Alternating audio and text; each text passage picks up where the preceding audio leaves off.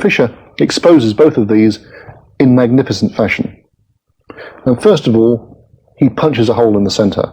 He offers a pawn sacrifice. Black could take it, but then his position's a terrible wreck. There are pawns are scattered everywhere. It's as if a hurricane's blown through his position. And White would get the pawn back very quickly anyway. He would simply attack the pawn on e4, and it would fall very soon. Black can't consider that. Spassky sensibly played his pawn on to d4. And that actually creates a protected passed pawn in the middle of the board, which is quite a considerable plus. The trouble is Spassky can never push the pawn any further. The white bishop on e2, and White's general control of the light squares, Donald, is stopping that pawn ever from advancing. So it's a somewhat negative trump. And e6 is starting to look a bit sick.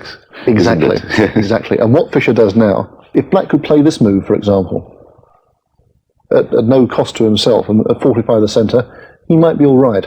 But Fischer now takes pains to lock in the black e pawn and e6. He starts to besiege it. Threat later from the bishop. That's right. I'm starting to learn, right? We must do this more often, I could learn something about this game. The queen comes up. And now, again, Spassky's threatening to play this, which he couldn't do the previous move, because when White took it, the rook attacked the queen. And just in time, everything's always just in time in Fischer's games. You noticed that, Donald? Yes. It's always just in time. He fixes the e-pawn as a weakness. Spassky tries to get counterplay on the open b file. But now, the real siege starts. Bishop to c4, attacking the e6 pawn. And the threat, of course, is to push on this pawn, exploiting the pin. So, the king steps out of the firing line. And now a wonderful move, beautiful move. The queen sweeps over from one extreme edge of the board to the other. a3 to h3. Double attack against the pawn on e6. There's very little choice. The knight has to go back to f8. And now a little safety move on the queen side, stopping Black from taking the pawn with the rook. And now Black literally has run out of sensible moves. He's got nothing sensible to do at all. What he did was, he pushed this pawn. Doesn't really have much effect. And Fischer transmuted the advantage of the pressure against e6 by this next very fine move into the advantage of a passed pawn. Spassky can't allow this to happen. He must take it off. Pawn takes pawn. And now, up comes the rook. Rook takes. The knight goes into h7, and the other rook comes over. And now the two rooks, the bishop... He's got four pieces powerfully involved. That's right. Spassky is really just marking time. Queen to d8. And the queen comes over, preparing to advance the kingside pawns. Rook goes into e7. And up comes this pawn, restricting the black knight. And this move. Really, again, just marking time. And finally, this move. Pawn to e6. And this passed pawn on e6 is now like a fishbone rammed into Spassky's throat. All he can do is move round it. He can't really do anything about it at all. And in the wake of the passed pawn, up comes the queen. Queen to e5. Spassky waits. Queen goes to e8. And Fischer locks out the remotest chance of counterplay. Spassky marking time again. Really nothing he can do. And now Fischer marks time a bit himself. This move isn't strictly necessary. Yes, I was wondering why. Why there particularly? Yes, he's waiting to find the right plan. And then the next move, he finds the right plan and brings the rook up here. There's nothing Spassky can do about this. His pieces are on the best defensive squares. He just has to wait to see what happens. And now the bishop realigns itself, pointing at the black king side. The queen goes back to e8 again.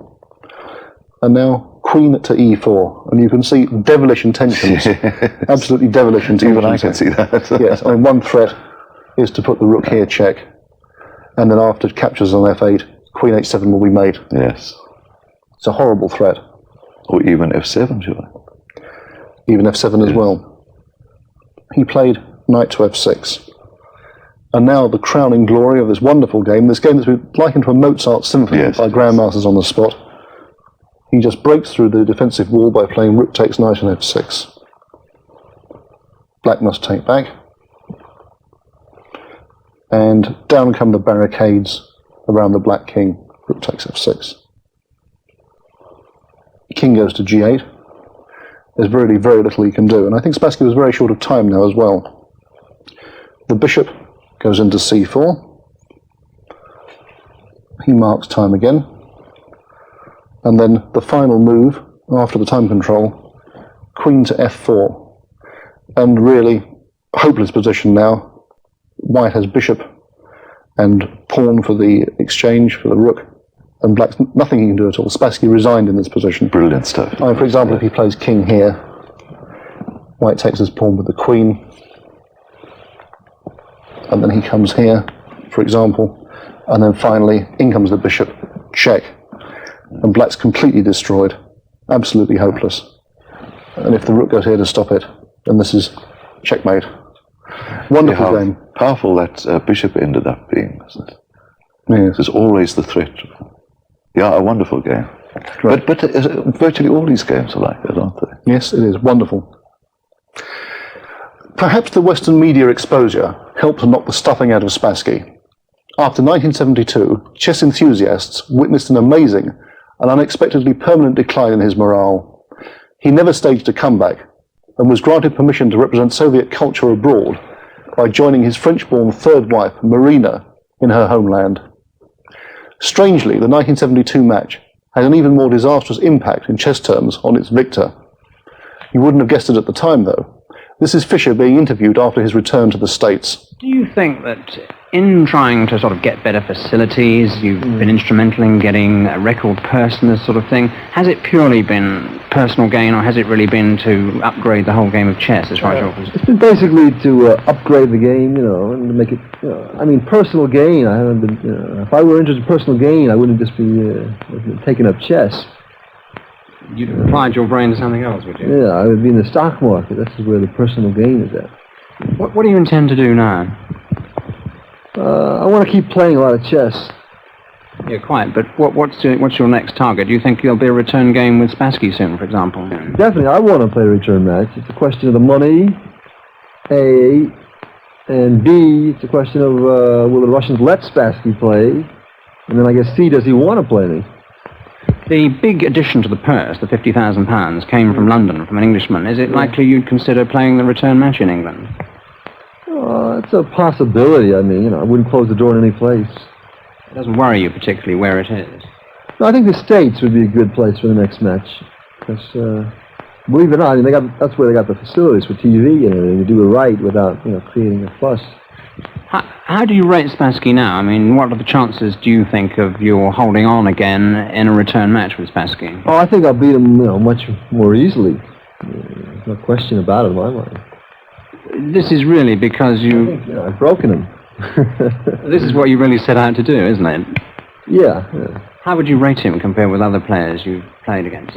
The best, definitely. He gave me a real fight. All the other players I played, they crumbled at a certain stage, and I never felt that, with Spassky.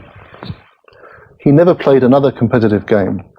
Donald, would you care to speculate on the reasons for this? It's one of the great mysteries of the game, isn't it? What makes this genius suddenly abandon chess?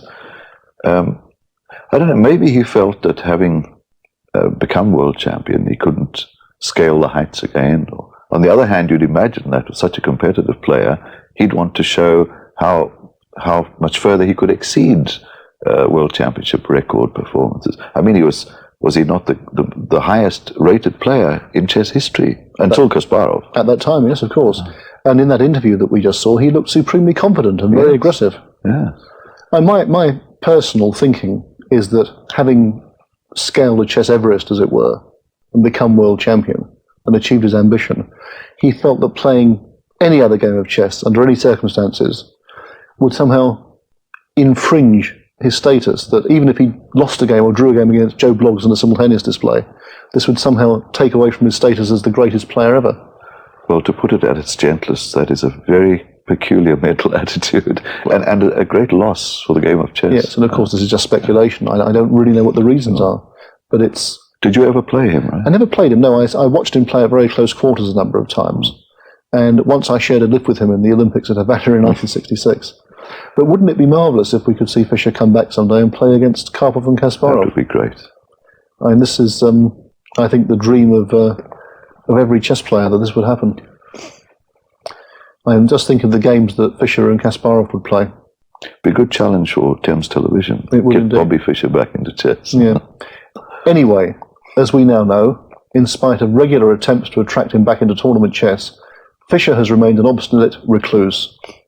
But the beneficiaries of Fischer's success in popularizing the game and in raising world title purses to astronomical heights were the two great Russians, Anatoly Karpov and Garry Kasparov. Between them, they dominated the 1980s. Join us next week to see the most important game in their marathon battle for world chessboard supremacy. Till then, it's goodbye from Donald, myself, and the Thames chess team.